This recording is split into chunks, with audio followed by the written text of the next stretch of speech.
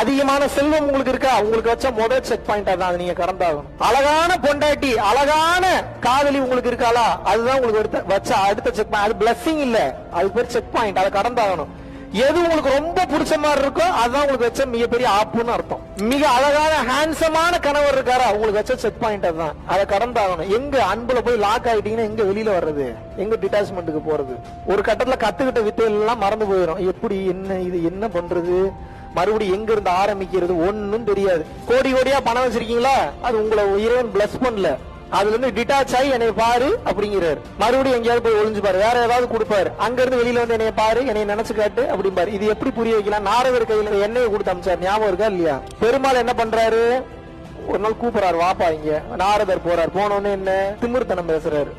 என்ன பேசுறாரு, மக்கள் ஏன் உங்களை அதிகமா நினைக்கவே மாட்டாங்க, அவங்களை நினைச்சது எனக்கு ரொம்ப வருத்தம். ஓ அப்படியா, நீ என்ன எத்தனை டைம் நினைக்கிறேன், உங்க ஞாபகத்துல தானே சொல்லிக்கிட்டே இருக்கேன்.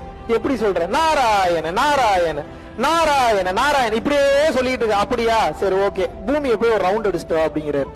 சரி இந்தா போறேன், வெறுங்கையில போகாத, இந்த டப்பால கொஞ்சம் எண்ணெய் இருக்கு, போய் சுத்திட்டு வா அப்படிங்கிறாரு. எண்ணெய் கீழே சிந்திட கூடாது, ஃபுல்லா ஊத்தி அனுப்புறாரு.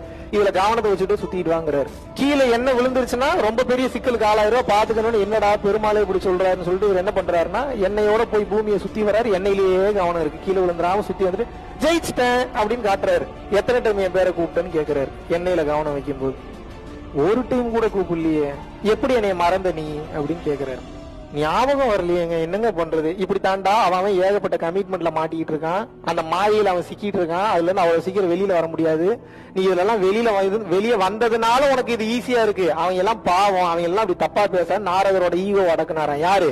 பெருமாள். இப்ப நீங்க என்ன பண்ணணும், என்ன கையில வச்சுட்டு இருக்கும்போது நாராயண நாராயணன் சொல்லுங்கன்னு சொல்லல, இறைவனை எந்நேரமும் நினைக்க தெரியணும். அப்படி இல்லைன்னா உங்களுக்கு இறை நம்பிக்கை இல்லைனாலும் பரவாயில்ல, மத்தவன் நல்லா இருக்கணும் உண்மையாவே நினைக்கணும், ஹார்ட்டிலி நினைக்கணும், சத்தியம் இருக்கணும் உள்ளுக்குள்ள.